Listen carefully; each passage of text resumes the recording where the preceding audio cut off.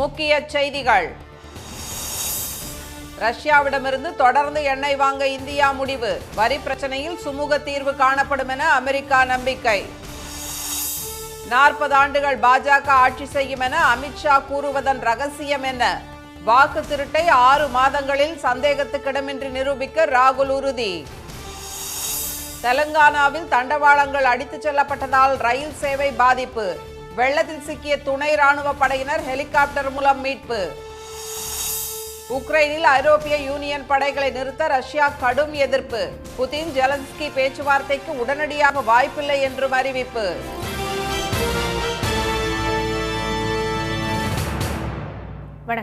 வணக்கம். அமெரிக்கா 50% வரி விதித்தாலும் ரஷ்யாவிடமிருந்து தொடர்ந்து எண்ணெய் வாங்கப்படும் என்று இந்தியா திட்டவட்டமாக தெரிவித்துள்ளது. பல்வேறு நாடுகளுடன் வர்த்தக போரில் ஈடுபட்டுள்ள அமெரிக்க அதிபர் டிரம்ப் ரஷ்யாவிடம் எண்ணெய் வாங்குவதன் மூலம் உக்ரைன் போருக்கு இந்தியாவும் சீனாவும் மறைமுக ஆதரவு தருவதாக குற்றம் சாட்டினார். இந்திய பொருட்களுக்கு 25% வரி விதிக்கப்பட்ட நிலையில் ரஷ்யாவிடம் எண்ணெய் வாங்குவதற்கு அபராதமாக கூடுதலாக 25% வரியை டிரம்ப் விதித்தார். இது நேற்று அமலுக்கு வந்த நிலையில் ஜவுளி, ரசாயனம், நகைகள், செயற்கை வைரம், மீன் ஆகியவற்றின் ஏற்றுமதி கடுமையாக பாதிக்கப்படும் நிலை உருவாகியுள்ளது. இந்நிலையில் டெல்லியில் செய்தியாளர்களிடம் பேசிய வெளியுறவுத்துறை இணை அமைச்சர் திரு கீர்த்தி வர்தன் சிங், அமெரிக்காவின் நெருக்கடிக்கு அடிபணிய மாட்டோம் என்றும் இந்திய நலனை விட்டுக் கொடுக்க மாட்டோம் என்றும் தெரிவித்தார். மேலும் அமெரிக்காவின் அழுத்தங்களுக்கு அடிபணியாமல் ரஷ்யாவிடமிருந்து எண்ணெய் வாங்குவது தொடரும் என்றும் திரு கீர்த்தி வர்தன் சிங் கூறினார். இதனிடையே இந்தியாவில் சுதேசி பொருட்களின் விற்பனையை ஊக்கப்படுத்த நடவடிக்கை எடுக்கப்பட்டு வருவதாக மத்திய வேளாண் அமைச்சர் திரு சிவராஜ் சிங் சௌஹான் தெரிவித்துள்ளார். அமெரிக்க ஏற்றுமதிக்கு மாற்றாக அரபு, ஐரோப்பிய நாடுகளுக்கு ஏற்றுமதியை அதிகரிக்கவும் புதிய சந்தையை உருவாக்கவும் இந்தியா திட்டமிட்டுள்ளதாக தகவல்கள் வெளியாகியுள்ளன. மேலும் சீனாவில் வரும் 31ஆம் தேதி முதல் செப்டம்பர் 1ஆம் தேதி வரை நடைபெறும் ஷாங்காய் ஒத்துழைப்பு மாநாட்டில் பிரதமர் திரு மோடி கலந்து கொள்கிறார். அப்போது புதிய வர்த்தக ஒத்துழைப்பு குறித்து சீன அதிபர் ஜி ஜின்பிங், ரஷ்ய அதிபர் புதினுடன் அவர் முக்கிய பேச்சுவார்த்தை நடத்த உள்ளதாக கூறப்படுகிறது. இந்தியா அமெரிக்கா இடையிலான உறவு தற்போது சிக்கலானதாக மாறியிருந்தாலும் டிரம்ப், மோடி இடையே நெருங்கிய நட்பு இருப்பதால் பிரச்சினைகளுக்கு சுமூக தீர்வு காணப்படும் என்று அமெரிக்க நிதியமைச்சர் ஸ்காட் பெசன்ட் நம்பிக்கை தெரிவித்துள்ளார். இதனிடையே பாஜக அரசின் பலவீனமான வெளியுறவு கொள்கையால் அமெரிக்காவின் வரி விதிப்பால் ஜவுளித்துறையில் மட்டும் 5 லட்சம் பேர் வேலை இழக்க நேரிடும் என்று காங்கிரஸ் தலைவர் திரு மல்லிகார்ஜுன கார்கே தெரிவித்துள்ளார். இந்தியாவுக்கு 10 துறைகளில் மட்டும் 2,17,000 கோடி ரூபாய் இழப்பு ஏற்படும் என்றும் அவர் கூறியுள்ளார். அமெரிக்காவின் வரி விதிப்பை கண்டித்து தமிழ்நாடு முழுவதும் கம்யூனிஸ்ட் கட்சிகள் செப்டம்பர் 5ஆம் தேதி ஆர்ப்பாட்டம் நடத்தப்போவதாக அறிவித்துள்ளன.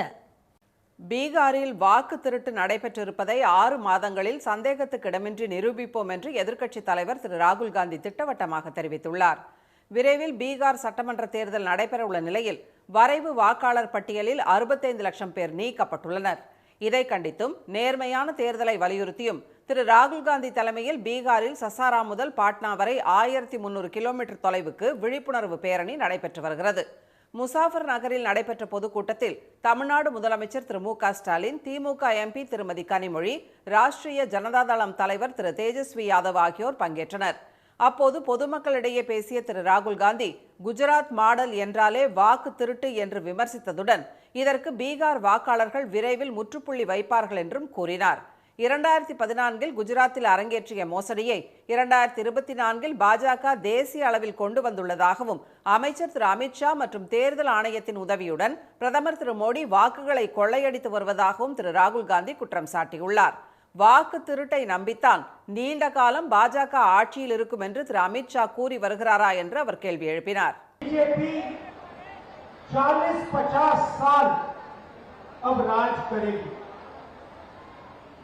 याद है आपको? अब राजनीति में कल क्या होगा किसी को नहीं मालूम, मगर अमित शाह को 40 साल की राजनीति मालूम. कैसे?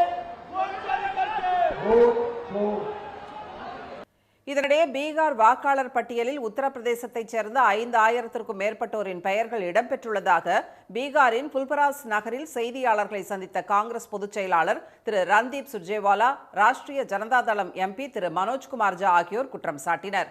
ஆனால் 5000த்திற்கும் மேற்பட்ட சந்தேகத்திற்குரிய வாக்காளர்கள் என்பது கற்பனையான எண்ணிக்கை என்று மேற்கு சம்பரன் மாவட்டம் நிர்வாகம் கூறியுள்ளது.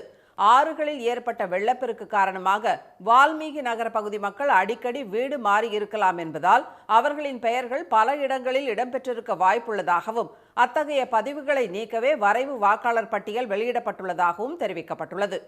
தெலுங்கானாவில் பல்வேறு பகுதிகள் மழை வெள்ளத்தில் தத்தளிக்கும் நிலையில் தண்டவாளங்கள் துண்டிக்கப்பட்டதால் ரயில் சேவை முடங்கியுள்ளது. அம்மாநிலத்தில் பெய்து வரும் கனமழையால் மேடக் மற்றும் காமாரெட்டி மாவட்டங்கள் வெள்ளக்காடாக காட்சியளிக்கின்றன. 32 சென்டிமீட்டர் மழை பதிவான ராஜம்பேட்டையில் சாலைகள் ஆறுகளாக மாறியுள்ளன. தேசிய நெடுஞ்சாலையில் ஆர்ப்பரித்து செல்லும் வெள்ளத்தால் போக்குவரத்து தடைப்பட்டுள்ளது. காமாரெட்டி வீட்டு வசதி வாரிய குடியிருப்பை சூழ்ந்த வெள்ளம் பல கார்களை இழுத்துச் சென்றது.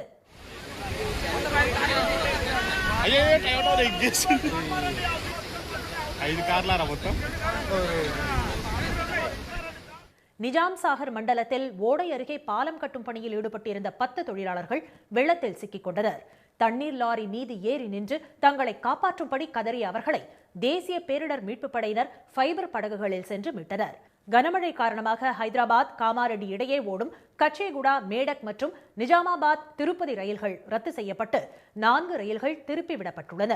பஞ்சாப் மாநிலத்தின் மாதோபூரில் கனமழையால் நேற்று வெள்ளப்பெருக்கு ஏற்பட்டது.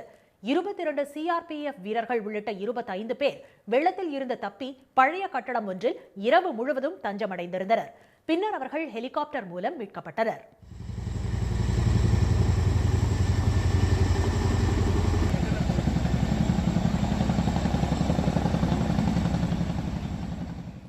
அனைவரும் மீட்கப்பட்ட சில நிமிடங்களில் கட்டடம் இடிந்து விழுந்ததால் பரபரப்பு ஏற்பட்டது.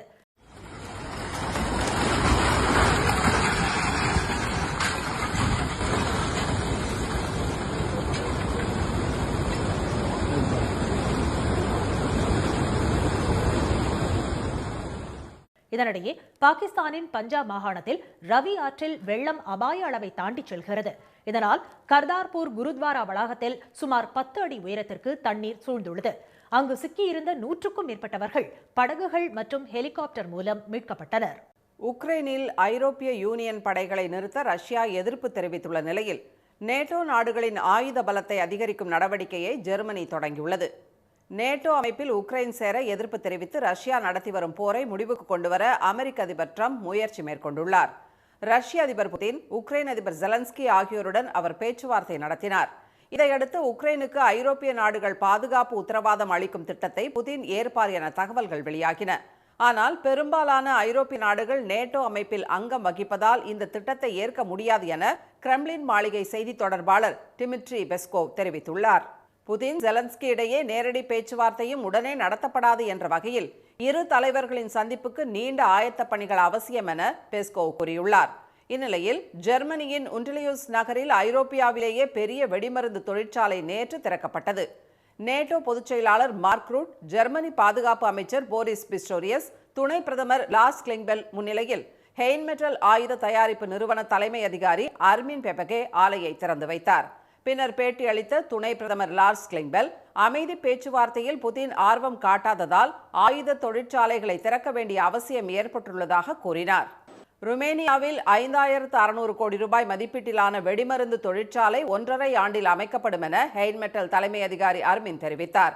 ஹெய்ன்மெட்டல் நிறுவனம் கவச வாகனங்களை அதிகமாக தயாரித்து வருவது குறிப்பிடத்தக்கது. இதனிடையே இளைஞர்கள் தன்னார்வலராக ராணுவ பயிற்சி பெறுவதற்கான மசோதாவுக்கு ஜெர்மனி அமைச்சரவை ஒப்புதல் வழங்கியுள்ளது. 18 வயது நிரம்பிய இளைஞர்கள் இணைய வழியில் இது தொடர்பான படிவத்தை நிரப்ப வேண்டும் என்று அறிவிக்கப்பட்டுள்ளது. நேட்டோ படைபலத்தை பெருக்கும் நோக்கில் இந்த திட்டம் செயல்படுத்தப்பட உள்ளது. உக்ரைன் மீது ரஷ்யா போர் நடத்தும் நிலையில் ஐரோப்பிய நாடுகள் தங்களை தற்காத்துக் கொள்வதில் கவனம் செலுத்த வேண்டும் என்று ட்ரம்ப் கூறியதன் அடிப்படையில் இந்த கட்டாய ராணுவ பயிற்சி கொண்டுவரப்படுவதாக கூறப்படுகிறது. RSS கட்டுப்பாட்டில் அதிமுக செயல்படுவது உறுதியாகிவிட்டதாக விசிக தலைவர் திரு தொல் திருமாவளவன் தெரிவித்துள்ளார். சென்னையில் நேற்று செய்தியாளர்களிடம் பேசிய மத்திய இணையமைச்சர் திரு எல் முருகன், அதிமுகவை RSS வழி நடத்துவதில் என்ன தவறு என்று கேள்வி எழுப்பியிருந்தார். அதுதான் சொல்றேன், அது வரவேற்கத்தக்கது தானே. அதுல அதிமுக கேட்கறது வரவேற்கத்தக்கது. ஆமா, வரவேற்கத்தக்கது தானே. இதுல என்ன இருக்க போகுது? ஏன்னா ஒரு சுதந்திரமான அமைப்பு, 100 ஆண்டுகளை கொண்டாடி கொண்டிருக்கின்ற ஒரு சேவைக்கான அமைப்பு, சரியா வழி நடத்துவீங்க. அந்த அமைப்பு வழி நடத்துகிறதுல என்ன தவறு இருக்கிறது? இந்நிலையில் திண்டிவனத்தில் செய்தியாளர்களிடம் பேசிய திரு திருமாவளவன், அதிமுகவினர் பாஜக மற்றும் RSS கட்டுப்பாட்டில் சென்று விட்டார்கள் என்பதற்கு இந்த கேள்வியே ஒரு சான்றாக உள்ளதாக கூறினார். RSS வழிநடத்தலாம் என்ற நிலைக்கு அதிமுக மாறிவிட்டதாக அவர் விமர்சித்தார். பெரியார் வழிவந்த திராவிட இயக்கம் என்றுதான் தமிழ்நாடு நம்பிக்கொண்டிருக்கிறது. ஆனால் அந்த இயக்கத்தை கோல்வாக்கர், வீர சாவர்கர் வழிவந்தவர்கள் வழி நடத்தலாம், அப்படி வழி நடத்தினால் ஒன்றும் தவறில்லை என்று சொல்லக்கூடிய அளவுக்கு நிலைமை மாறியிருக்கிறது என்பது கவலை அளிக்கிறது. RSS போன்ற இயக்கங்கள் வலிமை பெறுவதற்கு அதிமுக துணை போவது கவலை அளிப்பதாக திரு திருமாவளவன் கூறினார். அதிமுகவை விழுங்குவதற்கு அந்த இயக்கம் பல உத்திகளை கையாண்டு வருவதாகவும் அவர் எச்சரித்தார். கம்பீரமாக காட்சியளிக்கும் குன்னூர் ரயில் நிலையத்தின் கட்டமைப்புகளை சீர்குலைக்காமல் புதுப்பிக்கும் பணிகள் முழுவீச்சில் நடைபெற்று வருகின்றன. ஆங்கிலேயர் காலத்தில் நீலகிரி மலைத்தொடரின் அடிவாரத்தில் மேட்டுப்பாளையத்தில் இருந்து குன்னூர் வரை ரயில் பாதை அமைக்கப்பட்டு 1899ஆம் ஆண்டிலிருந்து போக்குவரத்து தொடங்கியது. தொடர்ந்து ரயில் பாதை ஃபர்ன்ஹில் மற்றும் உதகை வரை நீட்டிக்கப்பட்டது. தொழில்நுட்ப வசதிகள் இல்லாத காலத்தில் மிகவும் செங்குத்தான சாய்வுகளின் வழியாக 45.88 கிலோமீட்டர் நீளத்துக்கு நீலகிரி மலை ரயில் 250 பாலங்கள் மற்றும் 16 சுரங்கங்களுடன் அமைக்கப்பட்டது. இந்நிலையில் 100 ஆண்டுகளை கடந்த குன்னூர் ரயில் நிலையம் பாரம்பரிய அம்சங்களுக்கு பாதிப்பு இல்லாமல் மறுவடிவமைப்பு செய்யப்படுகிறது. மலை ரயில் நிலையத்தின் மேற்கூரையை அகற்றி புதிய மேற்கூரையும் சுற்றுலா வாகனங்களை நிறுத்த தேவையான வசதிகளும் அமைக்கப்பட்டு வருகின்றன. ரயில் நிலையத்தில் புதிய நுழைவாயில் அமைக்கும் பணிகள் நடந்து வரும் நிலையில் அங்குள்ள கண்கவர் ஓவியங்கள் சுற்றுலா பயணிகளை கவர்ந்து வருகின்றன. குன்னூர் ரயில் நிலையம் புனரமைக்கப்படுவது பொதுமக்கள் மத்தியில் மிகுந்த வரவேற்பை பெற்றுள்ளது. கடலூர் பாலமுருகன் கோயில் குடமுழுக்கில் பட்டியலினத்தவர்கள் கலந்து கொள்வதை தடுப்பவர்கள் மீது சட்டப்படி நடவடிக்கை எடுக்க சென்னை உயர்நீதிமன்றம் உத்தரவிட்டுள்ளது. பன்ருட்டி அருகே கரும்பூர் பஞ்சாயத்துக்குள்பட்ட பகுதியில் அனைத்து தரப்பினருக்கும் பொதுவான பாலமுருகன் கோயில் உள்ளது. இக்கோயிலின் குடமுழுக்கு இன்று நடைபெற உள்ளது. இந்நிலையில் கோயிலுக்குள் நுழைய விடாமல் பட்டியலின மக்களை சில தனிநபர்கள் தடுப்பதாக கூறி அக்கிராமத்தைச் சேர்ந்த பூபாலன் என்பவர் சென்னை உயர்நீதிமன்றத்தில் வழக்கு தொடர்ந்திருந்தார். இந்த வழக்கு நீதிபதி திரு ஆனந்த் வெங்கடேஷ் முன் விசாரணைக்கு வந்தபோது அறநிலையத்துறை தரப்பில் கரும்பூர் முருகன் கோயில் பொது கோயில்தான், அனைவருக்கும் வழிபட உரிமை உள்ளது என தெரிவிக்கப்பட்டது. வாதங்களை கேட்ட நீதிபதி, எந்த சமூகத்தைச் சேர்ந்தவராக இருந்தாலும் கோயிலுக்குள் நுழைய அனைவரையும் அனுமதிக்க வேண்டும் என அறிவுறுத்தினார். அனைவரும் கடவுளிடம் தங்கள் பிரார்த்தனைகளை வைக்க அனுமதிக்கப்பட வேண்டும் என்றும் குடமுழுக்கில் அனைத்து தரப்பினரும் பங்கேற்கலாம் என்றும் உத்தரவிட்ட நீதிபதி, இதற்கு எவரேனும் இடையூறு செய்தால் காவல்துறை அவர்கள் மீது சட்டப்படி நடவடிக்கை எடுக்கலாம் என தெரிவித்தார். கோயில் குடமுழுக்கு விழாவுக்கு உரிய பாதுகாப்பு வழங்கவும் காவல்துறைக்கு அவர் உத்தரவிட்டார். முதுமலையில் யானைகள் விநாயகர் சதுர்த்தி கொண்டாடியதை சுற்றுலா பயணிகள் ஏராளமானோர் கண்டு ரசித்தனர். நீலகிரி மாவட்டம் கூடலூரை அடுத்த முதுமலை புலிகள் காப்பகத்தில் உள்ள தெப்பக்காடு அபயாரண்யம் ஆகிய இரு முகாம்களில் 29 யானைகள் பராமரிக்கப்படுகின்றன. ஆண்டுதோறும் இந்த யானைகள் விநாயகர் சதுர்த்தியை கொண்டாடுவது வழக்கம். இந்த ஆண்டும் மாயாற்றில் குளிப்பாட்டப்பட்ட யானைகள் சந்தனம், குங்குமம், பூக்களால் அலங்கரிக்கப்பட்டு தெப்பக்காடு முகாமில் உள்ள விநாயகர் கோயிலுக்கு அழைத்து வரப்பட்டன. கிருஷ்ணா, பொம்மி ஆகிய இரு யானைகளும் மணி அடித்து சிலை முன்பாக மண்டியிட்டு தும்பிக்கையை தூக்கி வணங்கின. அப்போது வரிசையாக நிற்க வைக்கப்பட்டிருந்த மற்ற யானைகள் உற்சாகத்துடன் பிளிரின.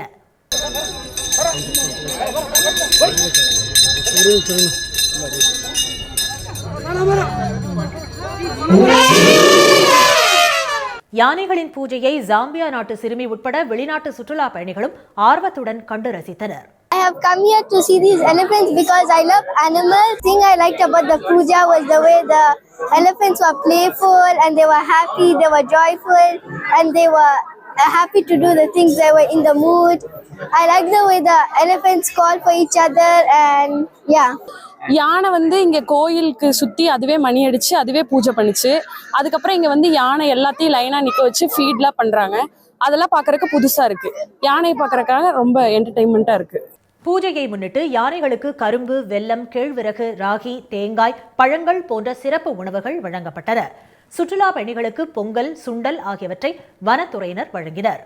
கோவை, நீலகிரி மாவட்டங்களில் 2 தினங்களுக்கு கனமழை பெய்ய வாய்ப்புள்ளதாக சென்னை வானிலை மையம் எச்சரித்துள்ளது.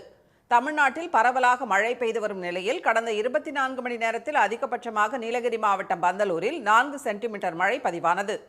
இந்நிலையில் மேற்கு திசை காற்றின் வேக மாறுபாடு காரணமாக தமிழ்நாடு மற்றும் புதுச்சேரியில் வரும் 2ஆம் தேதி வரை மழை தொடரும் என கூறியுள்ள வானிலை மையம், நீலகிரி, கோவை மாவட்டங்களின் மலைப்பகுதிகளில் 2 தினங்களுக்கு கனமழை பெய்யக்கூடும் என்றும் அறிவித்துள்ளது. இதனிடையே வங்கக்கடலில் நிலவிய காற்றழுத்த தாழ்வு பகுதி வலுப்பெற்று வடமேற்கு வங்கக்கடலில் நிலை கொண்டுள்ளது. இது இன்று மேற்கு வடமேற்கு திசையில் ஒடிஷா நோக்கி நகரக்கூடும் என்று சென்னை வானிலை மையம் கணித்துள்ளது. சென்னையில் இன்று இரவு இடி மின்னலுடன் மழை பெய்ய வாய்ப்புள்ளதாகவும் வானிலை மையம் தெரிவித்துள்ளது. மீண்டும் முக்கிய செய்திகள். அமெரிக்கா 50% வரி விதித்த போதும் ரஷ்யாவிடமிருந்து தொடர்ந்து எண்ணெய் வாங்கப்படும் என்று இந்தியா திட்டவட்டமாக தெரிவித்துள்ளது. பீகாரில் வாக்கு திருட்டு நடைபெற்றிருப்பதை 6 மாதங்களில் சந்தேகத்துக்கு இடமின்றி நிரூபிக்க உள்ளதாக ராகுல் காந்தி தெரிவித்துள்ளார். உக்ரைனில் ஐரோப்பிய யூனியன் படைகளை நிறுத்த ரஷ்யா எதிர்ப்பு தெரிவித்துள்ள நிலையில் நாட்டோ நாடுகளின் ஆயுத பலத்தை அதிகரிக்கும் நடவடிக்கையை ஜெர்மனி தொடங்கியுள்ளது. இத்துடன் இந்த செய்திகள் நிறைவடைந்தன. மீண்டும் சன் டிவியில் செய்திகள் மாலை 6 மணிக்கு. செய்திகளை உடனுக்குடன் தெரிந்து கொள்ள QR கோடை ஸ்கேன் செய்து சன் நியூஸ் வாட்ஸ்அப் சேனலில் இணைந்திருங்கள். வணக்கம். வணக்கம். உடனுக்குடன் செய்திகளை தெரிந்து கொள்ள சன் நியூஸ் பெல் ஐகானை கிளிக் பண்ணுங்க.